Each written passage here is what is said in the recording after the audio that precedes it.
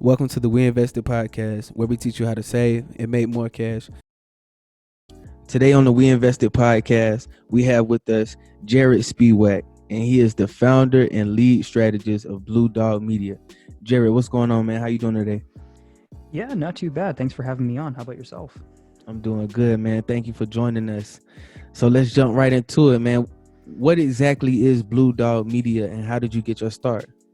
Yeah, for sure. So Blue Dog Media, we're a boutique marketing agency that historically predominantly has worked with service-based businesses. And over time, we've also started working with e-com and SaaS companies. In terms of boutique, what that simply means is we have a fairly small team, small in terms of the business world within our industry. I would say it's a medium-sized team, roughly 10 people in total.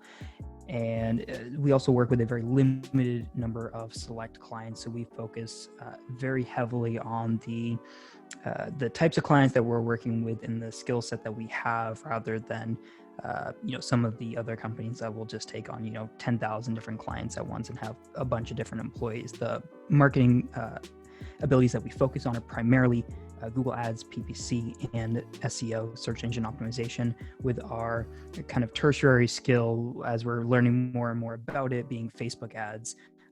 But predominantly, we are on the SEM and the SEO side of things. For sure, man. So Blue Dog Media, that's an interesting name, man. How did you come up with that name? Yeah, so essentially what happened was at the time when I started the company, I was I was working for another agency, and as I was leaving, I was trying to figure out what the next step for me was. And I decided, okay, great, I'm going to start my own agency, and I need to come up with a name. But I also tend to be a perfectionist when it comes to this stuff, so I just needed to choose whatever sounded decent at the start. Otherwise, I was going to spend months trying to figure it out. And so at the time, I thought I was going to specifically focus on working with contractors, just because I had a decent number of contractor clients. And so I was like, okay, great. It's a blue collar work industry. Okay, blue color. There we go. And I was like, okay, well, it's very common within the agency space for there to be this like color and animal type hybrid in terms of the name. So I was like, okay, what do I think of when I think of like this blue collar worker? I think of this dude with his like pickup truck with his like dog that's like basically his best friend. So like that's just like what came to mind right away. And locally, there's a couple of contracting companies that also like have like there's like a bulldog contracting company, et cetera, et cetera. So I was like, okay, well, Blue Dog, and I was like, well, Blue Dog Marketing I didn't really like, especially because marketing, when you use it in your email address, gets blocked by a lot of bots automatically, so it'd be hard to contact people, especially contacting them cold. Media is a very common term, and I kind of like the Blue Dog Media feel. Now, the downside is that there is about 4 other Blue Dog Medias out there in the world. So we're in the process of rebranding to Comet Fuel. Now, the way that I chose that name, again, being a perfectionist, is I went online and I just looked for domains for sale, and I just bought a name that I liked already, because again, I didn't have to come up with anything. I was just like, I kind of like this name. I'll pay whatever they're going to charge me to buy it, just to make it simple. For sure, bro. That's a great backstory to it. And I think it's a dope name. Both names that you came up with are pretty cool, bro. So some common terms associated with marketing include ROI and SEO. So could you kind of explain what exactly those terms mean?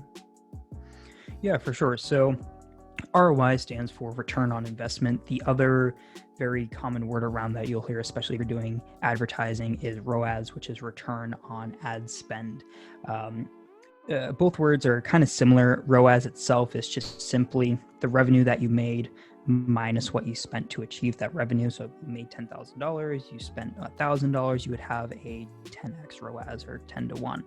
With ROI, you factor in your actual profit. Depending on the calculation that you're looking at, you would either look at your gross profit, which is what you made minus the cost to make those, or you look at your net profit, which is everything before taxes. So ROI is simply how much you put into your marketing versus how much you got out. It is probably the most common buzzword you'll hear with marketing. Everyone's going after a high ROI. There are pros and cons to that. It's not everything. There's a lot more to your marketing than just ROI, but it's the most common term you'll hear. And typically, one of the most common metrics you'll be looking at in terms of marketing is your ROI, which is just simply, again, what you put in, what you versus what you get out of that.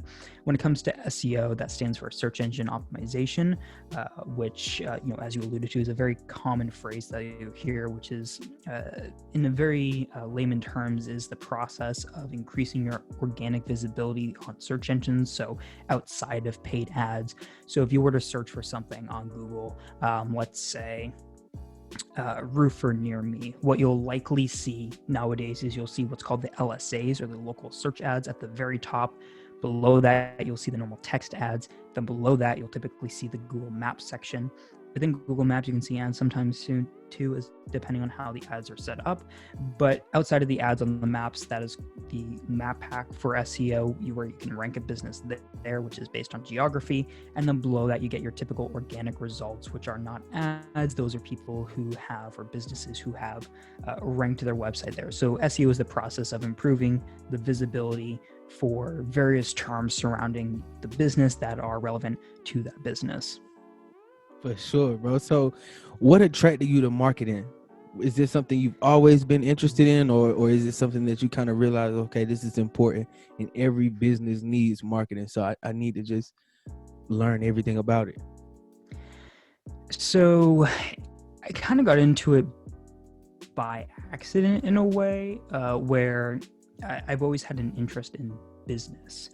When I was in elementary school, one of the things that I like to do, I've been always a big fan of horror movies, and I was allowed to watch movies that a lot of kids my age weren't able to see. So like I had seen like Child's Play, Cube, which is still one of my favorite movies, the first one at least, great, and a lot of other mostly like 80s 90s like horror movies that like my dad was watching that he just like didn't care if I was watching too. So there were a lot of movies that I really liked. So what I did was, at school, when we had time to like use the computers there, like the really old like Apple II computers, just like the school shouldn't really have even had those at that time. They were just so old. But what I would go on there and I would type up stories, just basically basing off the plot of the movie that I just saw, and put in the setting would always be like the school, and friends would be like the characters with just their names, like no real description. It'd be like a one-page story, like going through like basically everything I can remember the movie very quickly. But I would then print those out and then sell a copy for like $1, because everyone wanted to see like, oh, how did I die, or like, what's going on here. So that kind of got me kind of started in business, if you will. I've always had an interest in business. I knew I wanted to do something with business. I just didn't know what until I was in high school. And I ended up graduating high school. I started college at 15, graduated high school in 16. That kind of screwed me, which is why there's a year discrepancy there. And so I had to figure out how to make money on my own. And I basically went online. I Googled how to make money online. Not the most reliable search you can do, but I started writing content online, like for like under a penny a word. It's basically, you would go on there if you wanted someone whose English is not their first language to write you really cheap content. But because I was able to write good English, I got a decent amount of work going on there. And at the time, this is like 2012, everyone wanted SEO content, which I had no idea what that was. It was just, hey, use these keywords, just stuff these keywords in here as many times as possible. Because basically you use this term a bunch of times in your article, you'll rank for it back then. And so what happened was I ended up looking into this a little bit. I was like, okay, what is this SEO thing? And so I dove a little bit more into like the world of marketing. At that point in time, I would basically decide, okay, great, I'm going to go to college for marketing. I'll get my degree in marketing. I ended up getting a corporate marketing job when I was 17, which kind of set me in the world of marketing. Hated that corporate job. And then I was like, okay, great, let me go back online, see if I can do this. I tried development a little bit. I got into information technology. I was trying to play around with a lot of different fields that I still use some of those skill sets, but SEO really kind of attracted my attention quite a bit back then. And I eventually left that, got offered a full-time job at a marketing agency, making double what I was at that corporate job. And so at that point in time, it kind of settled me into this kind of route, because I had a job that was paying me very well considering like my age and my living status and so on and so forth. And so kind of my life became absorbed by it at that point. Man, hold on, man. You said you graduated high school at what age? So I started college at 15, graduated high school at 16. Man, that's crazy. So you're a genius. Funny enough, I was actually a CD student. So what I did was I had a good friend of mine at the time. Her sister graduated about a year early because she was like the standard like straight A student, like kind of like the overachiever person. Like I'll take on as much as possible. And the way that she did that was through an online school where basically you could go on and like take extra classes if you're a straight A student, but you could also take these classes if, let's say, you failed a class and you didn't want to go to summer school. So what I asked was that, like, do I have to be in one of these two camps to take these classes? Like, do I have to fail, or do I have to, be like a straight A student? And no, you could just take these extra classes and get an extra credit or two. So what I was doing was I was basically getting CDs, which means I was still passing because I just didn't care about school. Like I have ADHD. I can't read really. Like I can't focus on a textbook. I never looked at textbooks. The only reason I passed classes is because I did okay at testing because I had like a general knowledge of stuff. Never really read textbooks, but what I did do was I went online. I went onto this virtual school. I would take classes. So I was taking classes in school and I was taking about double the amount of classes, so the same amount of classes online. And so I was doing things twice as fast while still being like a CD student. So I got all the credits to graduate. And funny enough, right after I graduated, they changed their policy where you can no longer do that, and they max you out at like 2 classes per like year or something on that platform. And I'm not claiming it's because of me that they changed that policy, but it is a big coincidence. For sure, bro. That's dope, man. So what are some of the biggest mistakes that service businesses make with their marketing? Yeah, so the biggest mistake that I see, regardless of the size of the business, specifically within the service space, is the lack of using data and tracking within the business. The reason being is that unlike e-commerce and SaaS, if you're in an e-commerce or SaaS business, the transaction happens online. I go to Amazon.com, I buy a product, Amazon can see that they have that money, or that money is in transit from my bank to their bank, so on and so forth. Lead generation works differently. With a lead gen business or a service-based business, I go to the website, I fill out their form, I call them, I have a discussion with a salesperson, and something happens. So sometimes there's like an inspection process if you're working with a contractor, or there's like a consultation process if you're working with, let's say, an accountant or a lawyer, so on and so forth. So the transaction itself doesn't happen online. Because of that, what often happens is a lot of that tracking you still can do, but it's a lot more complicated because it's not built in. Anyone that basically has a business or a website knows about like Google Analytics. In order to track your sales in Google Analytics, for most platforms you're using like WordPress, Shopify, etc., flick a switch, you're good to go. That's it. Service-based businesses, you need more software. You need, depending on your situation, you might need a developer to build a small API connection from your CRM, from your website, so on and so forth. So because of that, it's not overly expensive, but it's often forgotten about, where often you have a feeling of where my leads are coming from, of, is this marketing channel working real well? But you don't know, where you can set up the tracking so I got this many people on my website, but also this many people called me. This is how they found me when they called me. You can set up call tracking where it says they found me through this ad, or they found me through Facebook, or whatever it may be, through what's called dynamic number insertion. You can then use your CRM or your customer database where you indicate, okay, this is a qualified lead, this person turned into a customer, etc., which has that information imported. And so at the end of the day, then you can do what all these e-com companies and these SaaS companies can do, is you can look back and say, I got these 10 new customers or clients. This is how they found me online. I can track the new customer back to the click that I got online. I see companies that make, a couple 100,000 a year to tens of millions a year that don't have this set up. And because of that, they don't truly know how their marketing is working, or where their customers are actually coming from. They might have a feeling, but they don't know for sure. For sure, bro. And when you say SaaS, is that a software as a service? Yes, correct.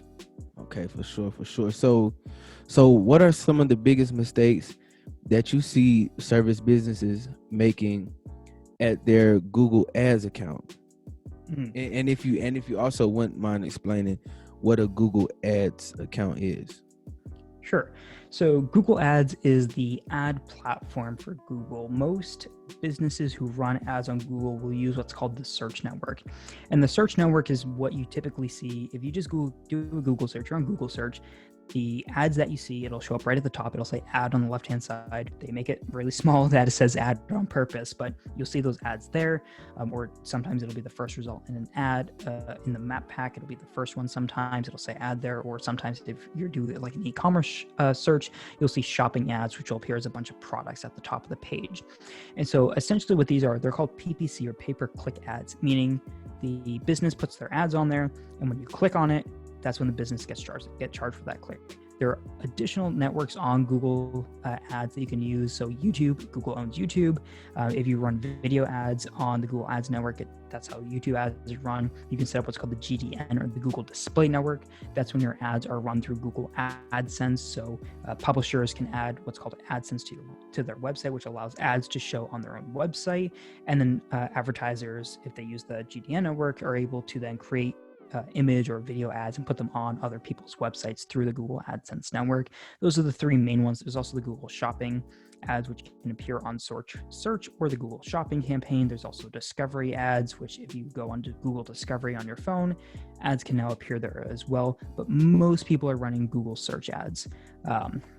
Now, when it comes to the mistakes service businesses are making predominantly with Google search, is tied back to tracking again.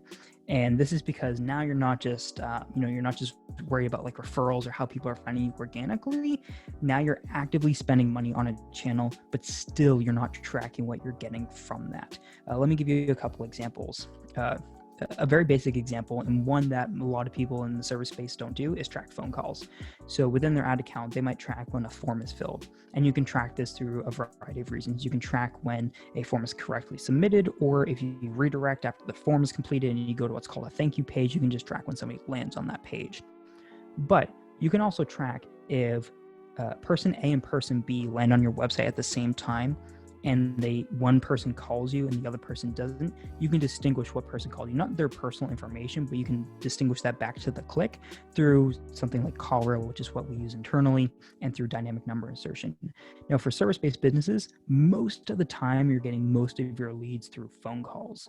And because of that, if you're not tracking that within your account, a lot of these businesses, 90 to 95% of their conversions are completely untracked, meaning that they might be spending thousands to tens of thousands or even sometimes hundreds of thousands a month and not actually knowing what they're getting from that. And because of that, you're not able to properly optimize the campaign to say, these are the most profitable services that we're running ads on, or these are the most profitable, if it's multi-state, these are the most profitable states or most profitable cities within the states, or zip codes or demographics where we notice that males convert at 8%, but females convert at 12.5%. So maybe we want to spend more money when a female is searching versus when a male is searching, or whatever it may be. You can do a lot of those customizations that actually make a lot of these ad platforms incredibly profitable if you're not tracking that. So that's probably the number one thing that I notice. And whenever I'm in any sort of ad account, the first place I always go is right up to the top and I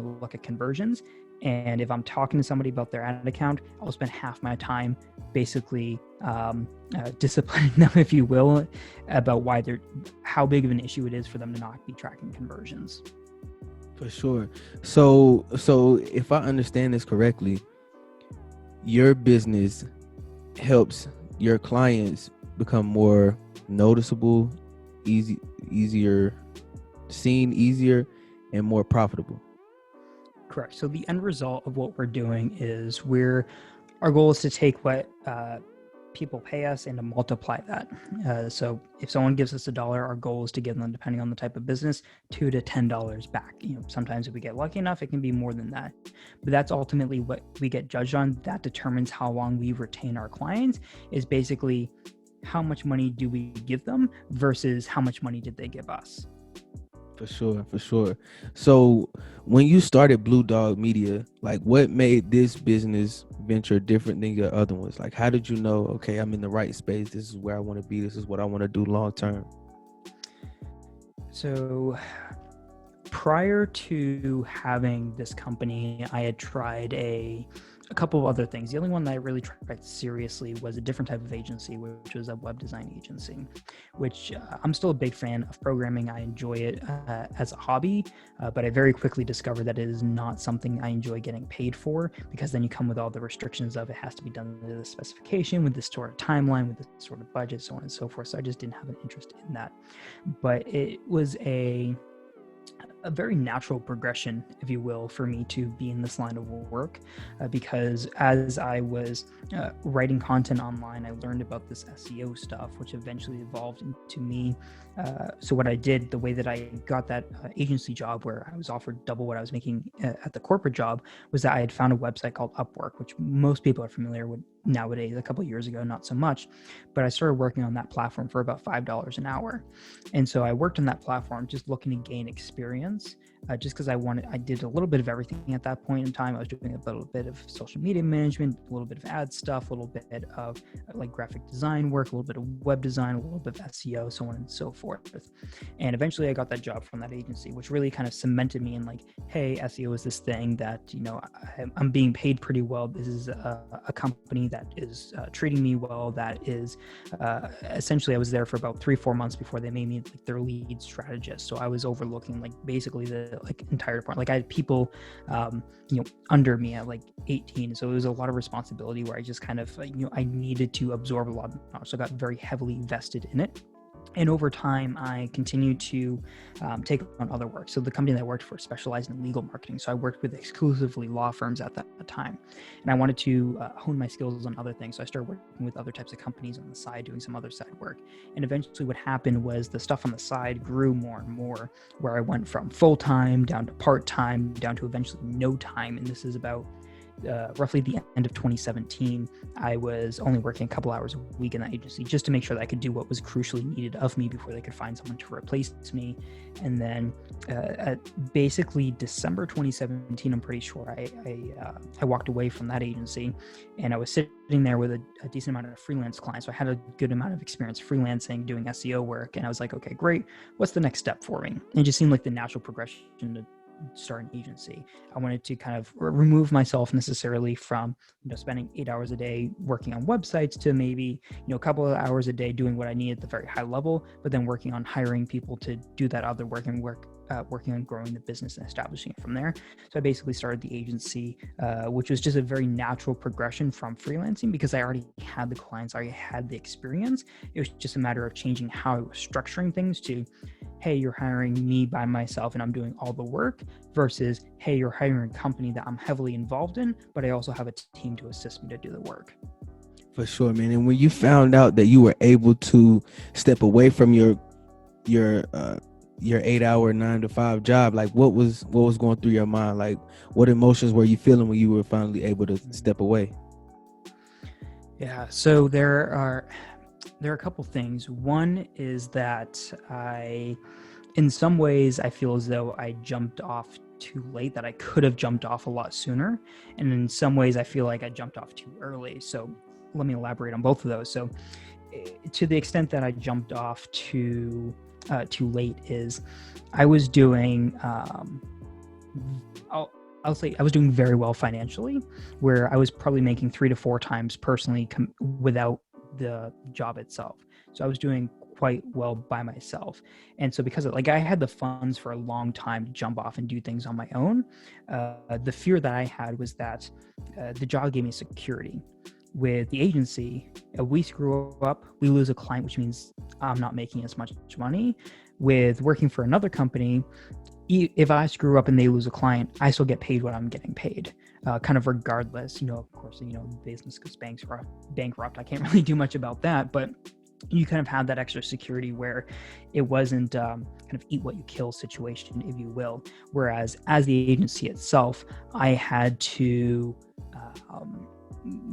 basically if I screwed up, I would feel that financially. And so I was teetering on the fact of, I've done stuff on my own for a long time, but I've never done stuff exclusively on my own. I've had good months where I've done really well. And I've also had bad months where, financials weren't looking so well. So it took me a really long time, or I could have probably jumped ship about 6 months earlier, where I would have been able to float myself perfectly fine financially. But it was that fear of, things could go under. What do I do at that point? So that's how I would say I jumped off too late. But in terms of jumping off too early, is what I should have done before I left, because I was essentially building a business. I was building a business within the same industry as that company, run differently, but very, in a general sense, very, very similar.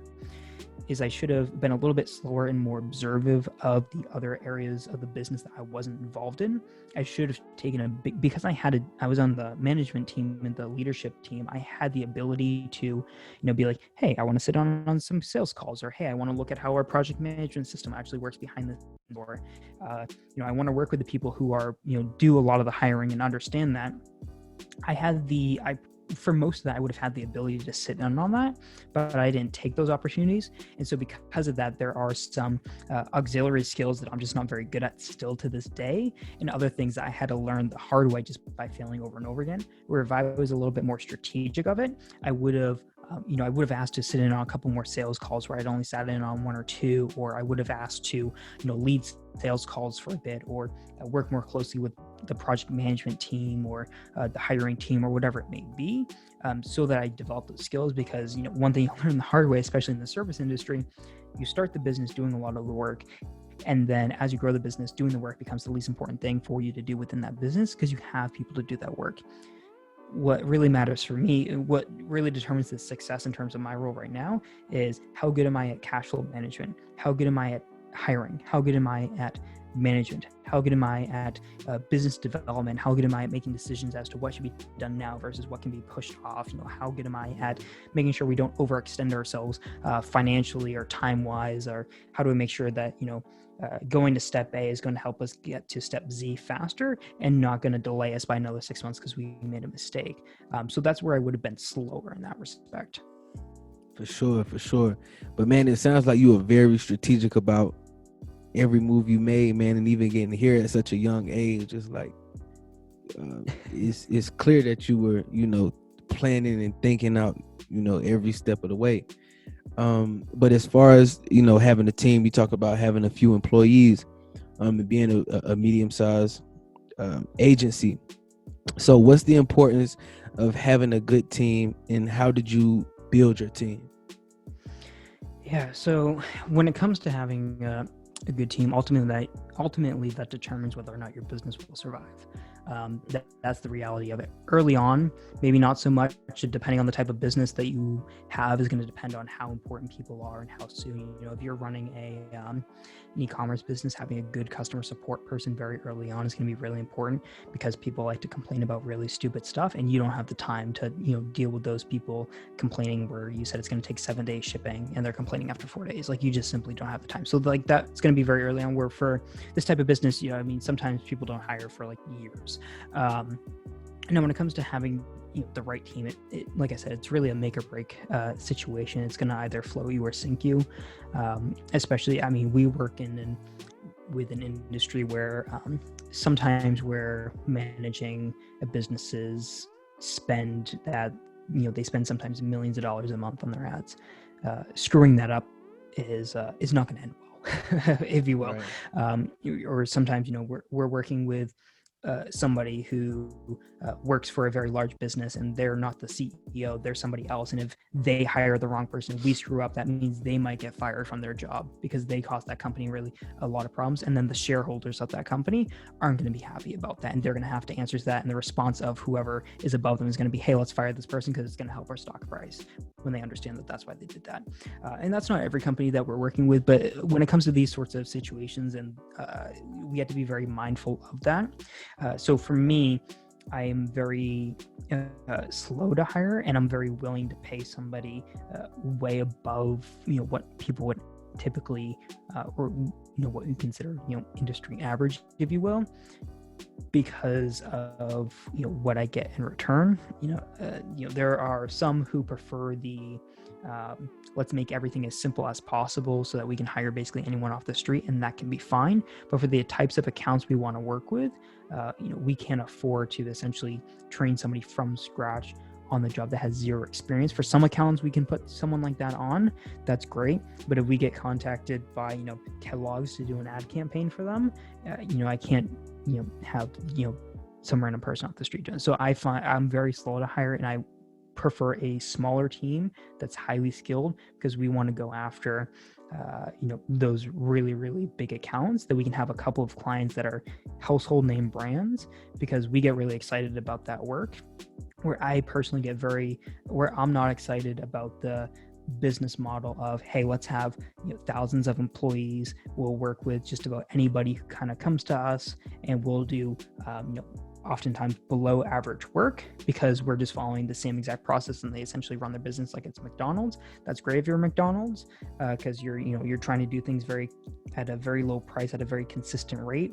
Your goal is speed and consistency, where I more so prefer a much higher end approach, if you will. In terms of finding the team, unfortunately, sometimes that's a process of hire, doesn't work out.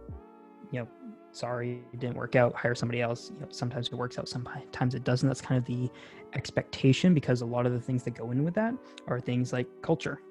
Not everyone's a good fit for everything. I tend to have a more casual personality in terms of a typical workday. I would say, I tend to swear quite a bit. So if somebody comes from a very corporate background that's very like, hey, let's keep it all very uptight and suited up, that person probably isn't going to jive very well. Where I'm like, hey, who the F did that? And, that person's an effing idiot. Like, we need to deal with this, or, just like have, just like talking how I do. So that person's not going to fit in like that. But in other cases they will, because they're even on the client side. Sometimes we talk with clients that we're just not a good fit for. So really finding the fit from there, having the minimal skill set that we need, and then we can train them up for anything that they don't know. And yeah, honestly, hiring is probably one of the weakest skills that I have, but everyone that I talk to, it's also the weakest skill that they have. So it seems to be, hiring seems to be more magic than science. For sure. So what would you say is your favorite part about being an entrepreneur?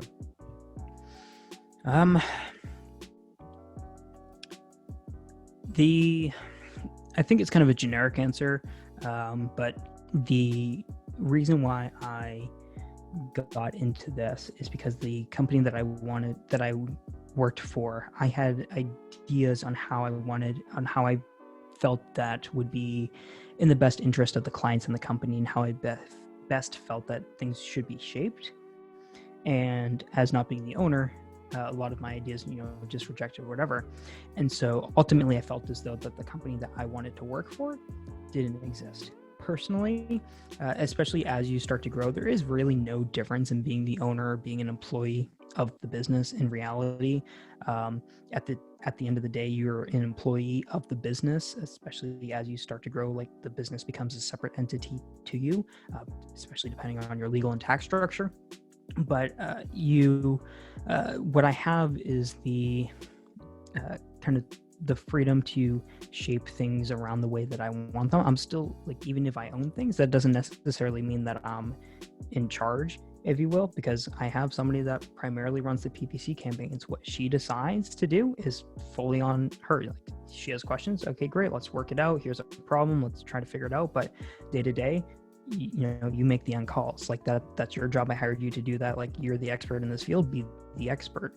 So what I more so enjoy than, let's say, like, looking down at everything and kind of puppeteering, if you will, is being able to, at a very high level, to decide the direction that we're going in, that I see fit, especially because if you're in this industry, you will quickly learn that it is shady, to say the least.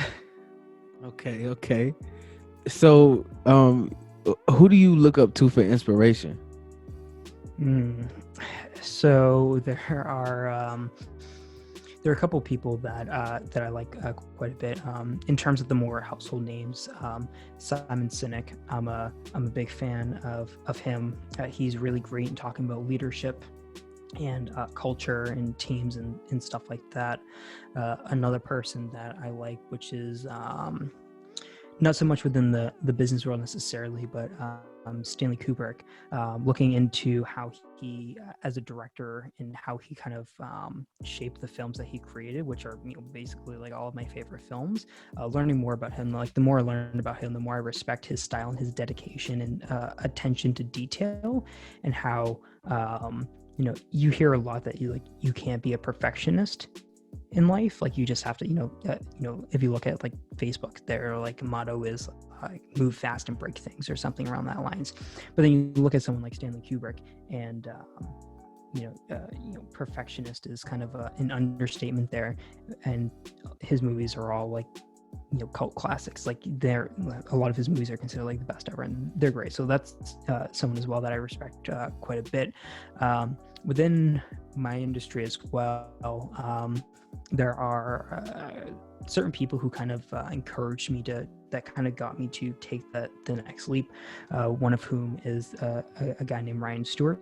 He kind of had a somewhat similar background in the sense that he worked as a consultant for a very large agency, much larger than I ever worked for, and he started his own business. He's down in Miami.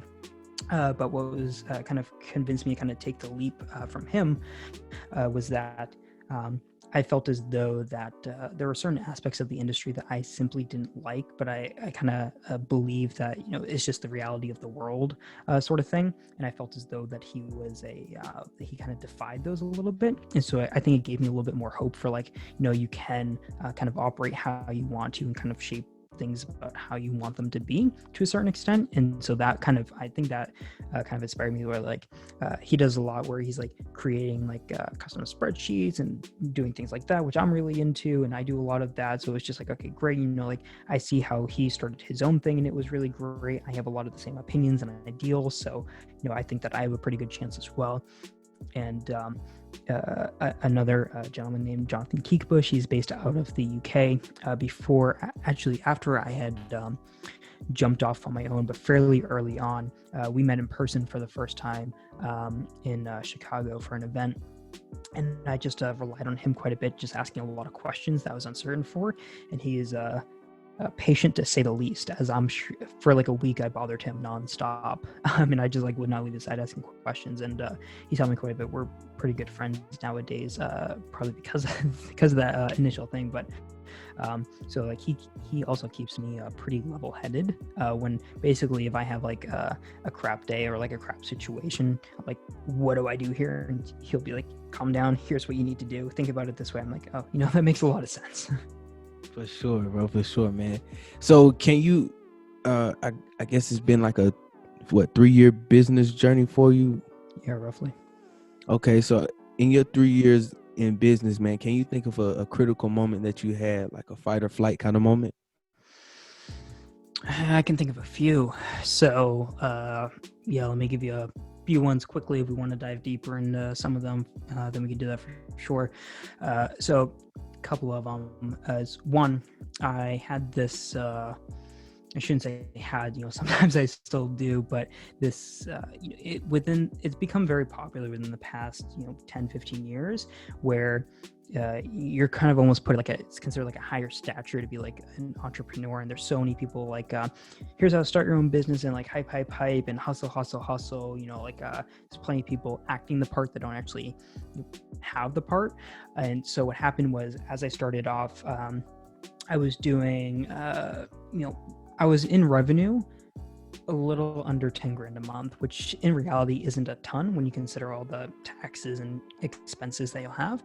But I was like, hey, I've hit it big. Let me get my own office space. So I got this nice big office space, took on all this extra expense that I didn't need to. And I was like, okay, great. I've made it big time. I have my own office space.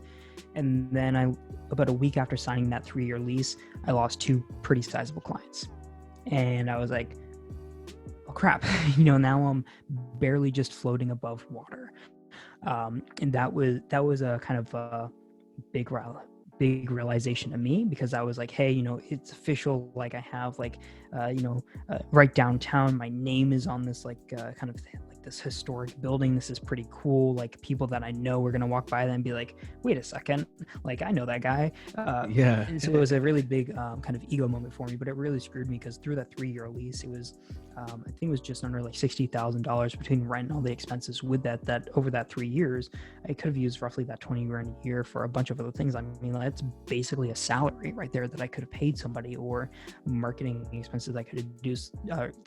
So that was a really big one. Another one is as kind of money started coming in, is I kind of flipped where I was very frugal with what I was spending to kind of overly spending, where I was spending a stupid amount of money on stuff that I simply didn't need to, where I'd be like, okay, great. Well, if I'm going here, I'm going to get like the best hotel room that I can get here. I'm going to buy the best, plane ticket that I can get to be here. Sometimes you can justify certain expenses. Like for example, I tend to go to Asia every year. That's about a 20-hour flight. I do that business because when you're sitting in a seat that you have 3 inches of leg room for 20 hours, that actually becomes a health risk for various reasons. And I can't really get work done over a 20-hour period, where, paying for a business class flight in that sense makes sense. But paying for a flight that's 4 times that amount than the minimum that I need to pay does not make sense. So that's where I started to get a little bit stupid, where it went from here are practical expenses where it makes sense to here's money I have, so here's money I shall spend. So that was a pretty big issue where, there had been a certain times where it was like, okay, great, I have all this money today, I'll spend all this money today.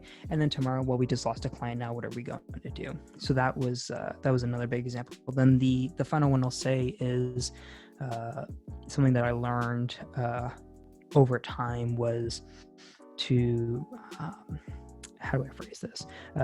Within specifically, our space, basically our processes, someone will contact us, we'll talk them through, if we think it's a good fit, and then we'll propose a price that we think, we're going to charge them to do the work that we need to do. A big issue that I had was being very afraid on the sales side, is that I would really underquote. And so because of that, the amount of work I had to do versus what I was getting paid for that was way out of proportion, because I was almost scared, like, hey, I had this person coming to me. Well, if I don't close them, when am I going to get that next person?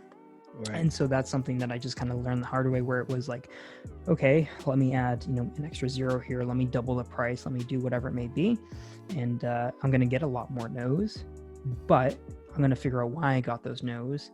And I'm going to take the pain from getting all those no's. I'm going to figure out how to get, a yes from that. So that was something that I had to work through as well, going from like, hey, I'm going to charge this guy like $300 a month to I'm going to charge this guy $3,000 a month. For sure. So, man, you sound like a very, very data-driven, analytic-driven person, man. And I just want to know, what's an average day for you? Like, how do you spend your days to make sure that you stay as productive as possible?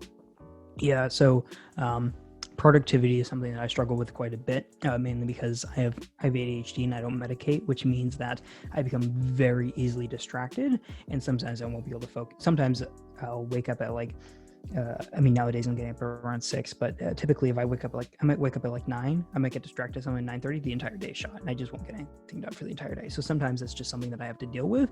But what helps me quite a bit is a couple things. Is one, getting up early helps me quite a bit. I hate it. I'm a night owl. I can very easily stay up to 4 or 5 in the morning, no problem whatsoever. But nowadays I try to get up around 6. The reason being is that the city's quiet outside. Nothing's happening outside. Nobody's emailing me. Nobody else is awake besides the cat. And so I basically there's no obligation for me to answer any emails. There's no obligation for me to talk to anybody, even if they're on the team. I have 2 to 3 hours to do any work that I want. So I try to get anything that has to be done that day done within those 2 to 3 hours, because then all hell breaks loose, right? It's 9 a.m. and this person needs me on a call now. And that's an hour-long call that then I get distracted for 30 minutes after that call to figure something out and coordinate something. And then that has me stressed out. So I need to take a breather for another like 20 minutes. And, now it's noon. So having those couple hours of where nothing is happening really works for me. And I learned that after the first time I went to England, because there's a 5-hour time difference from the East Coast. And when it was 2-3 p.m. there, like my day is like done pretty much. And it's only like 8-9 a.m. on the East Coast. And I was like, wow, I actually got stuff done. So because just how I am, like, people problems tend to really just like kind of get to me. So having those couple hours really does quite a bit for me, as well as I have a calendar. So I have a dual screen set up. On the screen on my right has just time blocks where it's just, okay, great. So like a typical, like, let me just look at, today's Thursday. Let me just look at what a typical Thursday is. So it's like 6:30 to 10:30. I'll do any sort of client work that needs to be done. So Thursdays are a heavy client work day for me. So if I need to look at something, coordinate something with the team, 6:30 to 10:30, I'm doing that. 10:30 to 11:30, I'm working on emails. I'm talking back with leads, checking Skype, social media, so on and so forth. Then it's another block of client work, which typically intertwines with meetings and stuff by that time of day. Here's some more email time. Here's some time to decompress. Here's like an hour and a half where I can do whatever I want and then finish out the day with like the final check of the emails before like a log off. So just having those time blocks really helps me, because then what I do is I basically force myself where if I don't get it done within that time block, even if it's something that needs to get done today, I don't do it. And then because I feel the punishment of that, like it just forces me where it's like, oh crap, it's going to take me 45 minutes to get this done. I have 30 minutes until, this time block is over. I need to find a way to, do this within 30 minutes. And then because you face that pressure, you get it done. There's this great post. I can't remember who wrote it, but if you look up, procrastination monkey, you should be able to find a like a 2-3 series blog post in which this author, I can't remember his name, he goes through and talks about like the process of procrastination, how it's funny where if you have something that should take you 6 months, you do it when you have 72 hours left, and you still figure out a way to do it within 72 hours. So it's one of those things where you force yourself with a very limited time that you'll actually get it done. And because I'm very game oriented, I like to gamify things, I enjoy gaming as well, is that when I know that I have 30 minutes to like do this objective, I figure out a way to do it when I force myself to have those time constraints. Where if I have a more lax schedule where it's just, here's what I need to get done today with no time constraints with it, it won't get done. For sure. So what does the future of Blue Dog Media look like? Yeah, so within the next 30-45 days or so, we will have officially rebranded to Comet Fuel, which is kind of the next step for us, which is now kind of going from building a company day by day to more so looking at the future, which is that we've started working with larger and larger accounts over time. We've kind of played around with, do we want to help, like, here's the person that just started their business, they're just starting off, do we want to help them? Do we want to work with the person that, what budgets do we want to work with? What kind of team do we have?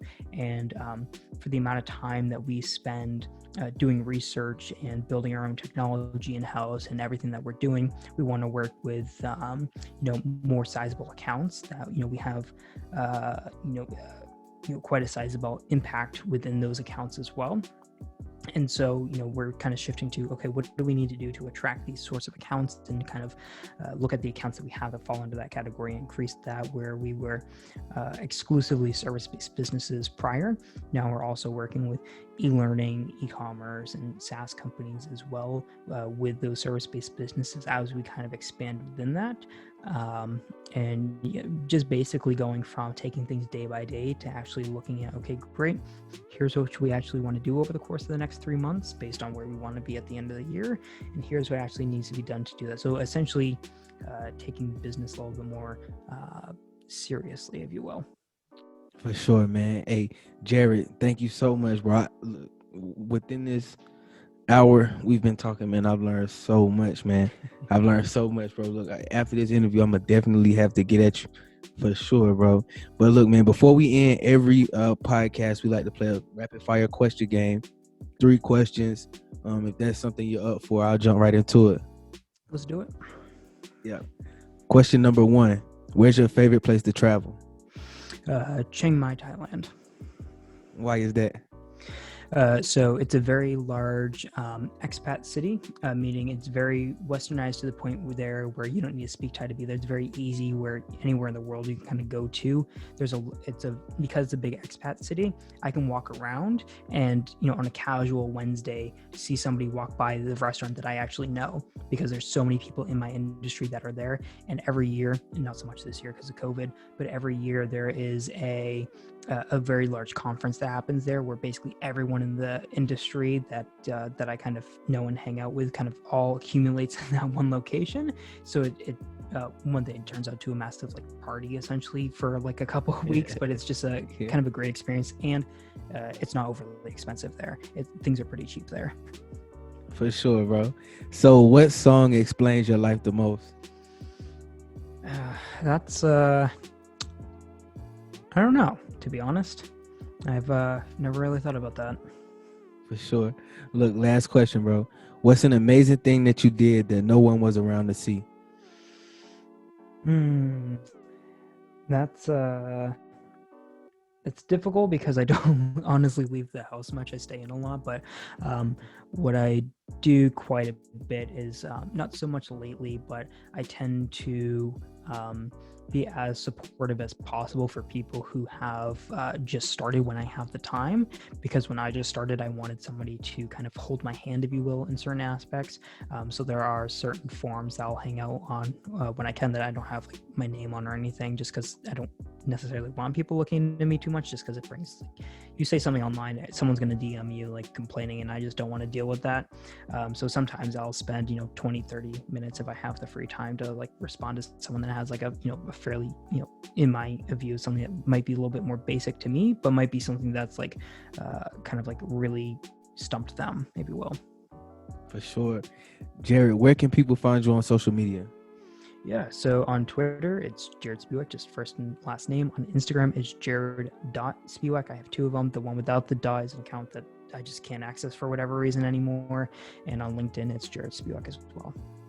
Jarod, thank you so much, man. Hey, I enjoyed this conversation. Have a great one. Yeah, you too.